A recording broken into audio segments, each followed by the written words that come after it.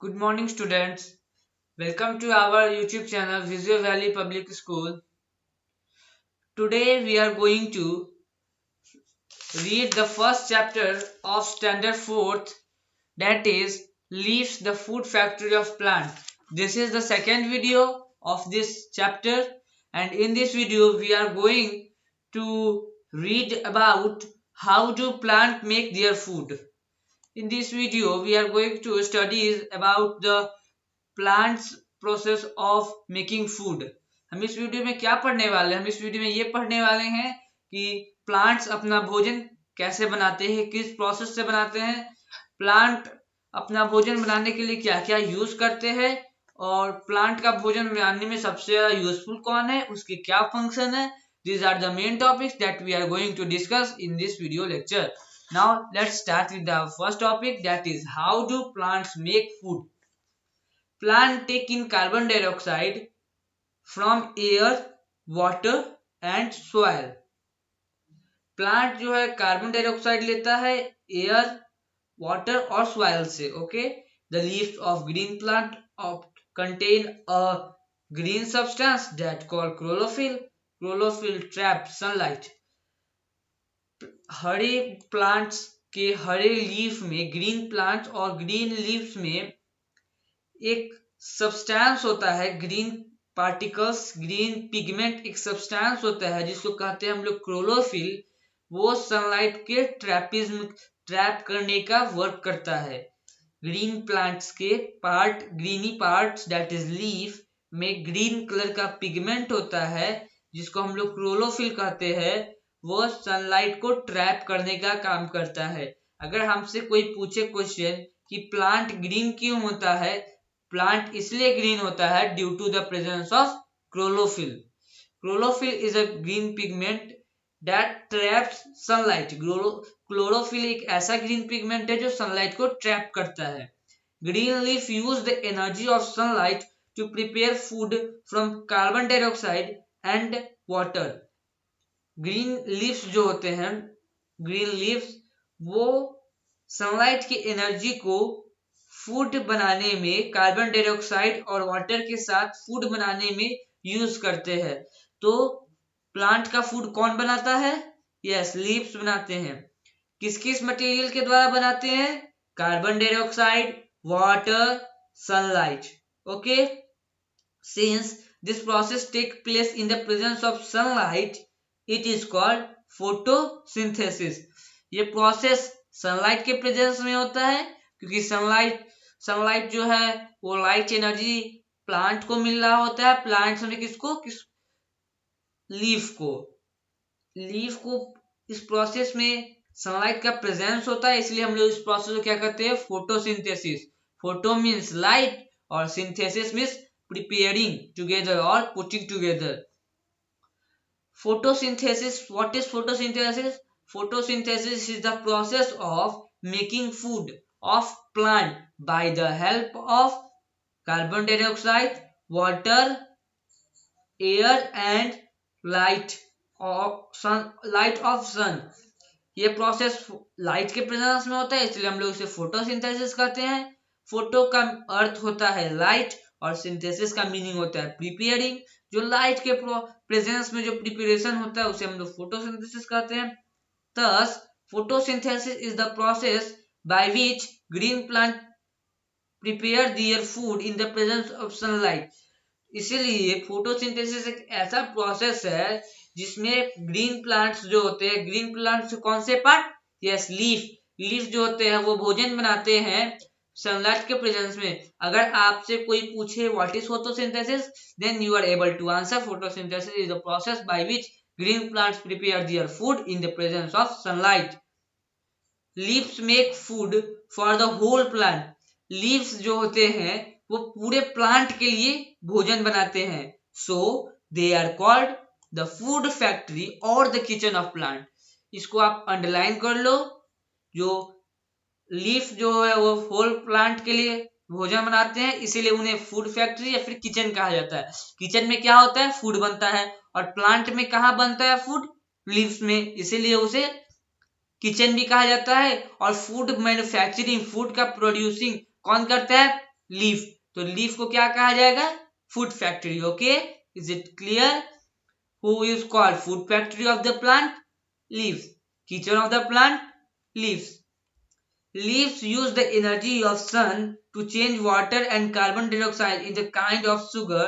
This sugar is taken to all of the plant by the veins and the stems. देखिए, leaves जो होता है वो सन का एनर्जी लेता है, वाटर है वो सॉइल से रूट से ले लेता है। आप फिगर में देखोगे वाटर किसके थ्रू ले रहा है? रूट्स के।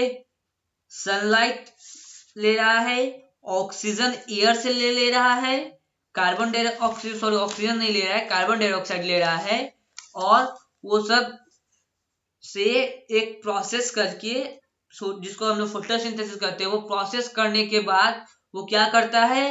वो अपना फूड क्रिएट कर लेता है। और वो फूड किसके प्रेजेंस किसके रूप में होता है? किसके फॉर्म में होता है? वो शुगर के फॉर्म में होता है, जिसे हम लोग ग्लूकोज कहते हैं। और वो पूरे बॉडी पार्ट में ट्रांसमिट हो जाता है, किसके द्वारा? तो वेन्स के द्वारा और स्टीम के द्वारा। जैसे हम लोग के बॉडी में वेन्स होते हैं, ब्लड वेसल्स होते हैं, तो पूरा ब्लड सप्लाई होता है, वैसे ही प्लांट्स के बॉडी में ग्लूकोज सप्लाई होता है, वाटर सप्लाई होता है वेन्स और स्टीम के द्वारा। अब हम लोग नेक्स्ट टॉपिक की ओर मूव कर रहे हैं, जो टॉपिक है how do plant use food. अब प्लांट अपना भोजन यूज कैसे करता है, प्लांट ने भोजन क्यों बनाया, इसके बारे में हम लोग सिंपली जानते हैं। इससे मैं आपको एक एग्जांपल देके बताता हूँ कि ह्यूमन बींग्स को फूड क्यों जरूरी होता है। Yes, to get energy and for growth and do all the activities. So plants को किस लिए जरूरी होगा? यस, उसको भी अपना डेली एक्टिविटीज को परफॉर्म करने के लिए, एनर्जी के लिए और ग्रोथ के लिए फूड चाहिए। उसीलिए वो एनर्जी को कंज्यूम करने के लिए फूड को प्रिपेयर करता है, फिर डाइजेस्ट ईट करता है। The food prepared by the plant is in the form of sugar और ग्लूकोज। ये मैंने बता दिया कि जो शुगर क्रिएट करता है, प्रिपेयर करता है प्लांट, वो ग्लूकोज होता है और ग्लूकोज के फॉर्म में होता है। This food is then taken to all the parts by steams and the veins. Veins और स्टीम्स के द्वारा फूड जो होता है वो पूरे ऑल पार्ट ऑफ प्लांट में ट्रांसमिट हो जाता है, या फिर सबको ट्रांसपोर्टेशन कर देता है। कौन करता है? स्टीम्स और veins. Plants use food to get energy for growth. Plants अपना भोजन क्यों बनाते हैं, क्यों उन्हें जरूरी होता है? एनर्जी प्राप्त करने के लिए, जिससे वो अलाइव रह सके, जिंदा रह सके, और ग्रोथ के लिए और बढ़ने के लिए। The extra food is changed into a substance called starch. और जितना भोजन उन सब बॉडी पार्ट्स को ट्रांसमिट हो गया, और कुछ अगर एक्स्ट्रा बच जाता है तो ह्यूमन बीइंग उसे क्या करता है? ह्यूमन बीइंग उसे, अगर ह्यूमन बीइंग के किसी भी घर में, अगर आपके घर में भोजन बच जाता है तो आप क्या करते हो? उसे या तो उसे स्टोर कर लेते हो या किसी को दे देते हो। तो प्लांट्स तो किसी को दे नहीं सकता है, तो वो प्लांट्स स्टोर कर लेता है, और स्टोर किसके फॉर्म में करता है? स्टार्च के फॉर्म में करता है। So starch is stored in leaf. Starch किसमें स्टोर रहता है? जहां पे वो बनता है, मतलब लीफ में, स्टीम्स में, रूट्स में, फ्रूट्स में और सीड्स में। ये सब जो भी प्लांट के पार्ट्स है, इडिबल पार्ट्स, उसमें स्टार्च रहता है। और जो भी हम लोग खाते हैं इडिबल पार्ट्स, वो क्या होता है? उसका स्टार्च होता है। These forms the edible parts of the plant. लिक्टस मतलब होता है leaves, sugarcane, stem, carrot, root, banana, fruit, pea, seed. जैसे लिक्टस हम लोग लीफी प्लांट होता है, लीफी पार्ट होता है ऐसे प्लांट का, जिसको हम लोग ईट करते हैं, एक वेजिटेबल है। ये लीफ के फॉर्म में रहता है, शुगर केन स्टीम के फॉर्म में, कैरेट रूट के फॉर्म में, बनाना तो फ्रूट के फॉर्म में, पी सीड के फॉर्म में। सो हम लोग जो भी एडिबल पार्ट ईट करते हैं प्लांट्स का, वो उसमें क्या किस चीज का प्रेजेंस होता है? स्टार्च का प्रेजेंस होता है। Okay, now we are moving to the next topic, that is function of a leaf. We are living this activities. Now we are on this next topic, that is function of a leaf.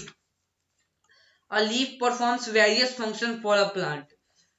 Leaf जो है वो बहुत तरह के functions perform करते हैं plant के लिए। जैसे कि हमने एक प्राइमरी फंक्शन के बारे में जान लिया है जिसे हम लोग पढ़ लिए हैं, वो है preparation of food. Food plant में कौन बनाता है? लीफ बनाता है। तो the primary function of a leaf is to perform photosynthesis और to make food. All living things including plants breathe to stay alive. अब सभी लिविंग थिंग्स के लिए लाइव रहने के लिए ब्रीथिंग बहुत इंपॉर्टेंट है। जब वो अगर सांस नहीं लेंगे तो वो अलाइव नहीं रहेंगे। तो एस्टोमाटा जो होता है वो लीफ में ब्रीदिंग का काम करता है, जो कि कहाँ होता है? लीफ में होता है। यस, लीफ में स्टोमाटा ब्रीदिंग का काम करता है और क्लोरोफिल सनलाइट के ट्रैप का काम करता है। Okay, leaf for some plant such as spinach, fenugreek store food, we eat them as vegetables. हम लोग कुछ प्लांट्स के पार्ट को, लीफी पार्ट को ईट करते हैं। जैसे कि हुआ पालक और मेथी, ये दोनों को हम लोग ईट करते हैं। ओके, और ये दोनों इडिबल पार्ट्स है। तो ये भी एक फंक्शन है कि वो हमें फूड प्रोवाइड करता है। अब हम लोग अनयूजुअल प्लांट्स के बारे में जानेंगे। जैसे कि इसमें हम लोग कैक्टस को सबसे ज्यादा यूजुअल जानते हैं कि एक ऐसा प्लांट है जिसके जो लीव्स होते हैं उसके जगह स्पाइन्स होते, कांटा होते हैं, जो उसके लूज ऑफ वाटर को प्रिवेंट करते हैं। The green stems of this plant make food. अब इस प्लांट में जो लीफ जो होता है वो स्पाइन्स में कन्वर्ट हो जाता है, और ये जो होता है वो फूड क्रिएट किसके द्वारा करता है? स्टीम के द्वारा, और इसका स्टीम ग्रीन कलर का होता है। यूजुअली दूसरे प्लांट का स्टीम का कलर ब्राउनिश होता है या फिर वुडी होता है, बट इसका कलर ग्रीन होता है और ये ग्रीन स्टीम ही फूड बनाता है। There are many other plants that are different from green plants because of their feature. Let us more about such unusual plants. चलिए अब हम लोग थोड़ा सा नॉन ग्रीन प्लांट्स के बारे में जान लेते हैं। ग्रीन प्लांट्स के बारे में तो हमने जान लिया है कि ग्रीन प्लांट्स में लीफ जो होता है वो फूड फैक्ट्री का काम करता है, फूड बनाने का काम करता है। अब हम लोग नॉन ग्रीन प्लांट्स के बारे में जानते हैं। So non-green plants, there are certain non-green plants that do not have chlorophyll and hence cannot make their own food. These plants are called fungi. They depend on dead and decaying plant and animals for food. अब कुछ plants ऐसे भी हैं जो कि उनके पास अपना chlorophyll नहीं होता है, मतलब वो ग्रीन कलर के नहीं होते हैं, और इसलिए वो ग्रीन कलर के नहीं है, क्लोरोफिल नहीं है, तो वो अपना भोजन खुद से नहीं बना सकते हैं। क्यों नहीं बना सकते हैं? क्योंकि उनके पास क्लोरोफिल नहीं है, तो वो सनलाइट को ट्रैप नहीं कर सकते हैं, और सनलाइट के प्रेजेंस में ही फोटोसिंथेसिस होता है। अगर सनलाइट का एब्सेंस रहेगा तो फोटोसिंथेसिस नहीं होगा, इसीलिए वो अपना फूड खुद से क्रिएट नहीं कर सकते हैं। वैसे प्लांट्स को क्या कहते हैं? फंगी कहते हैं। और वो दूसरे डेड और डेकिंग मतलब मरे हुए प्लांट्स पे डिपेंडेंट होते हैं और एनिमल्स पे अपने भोजन के लिए।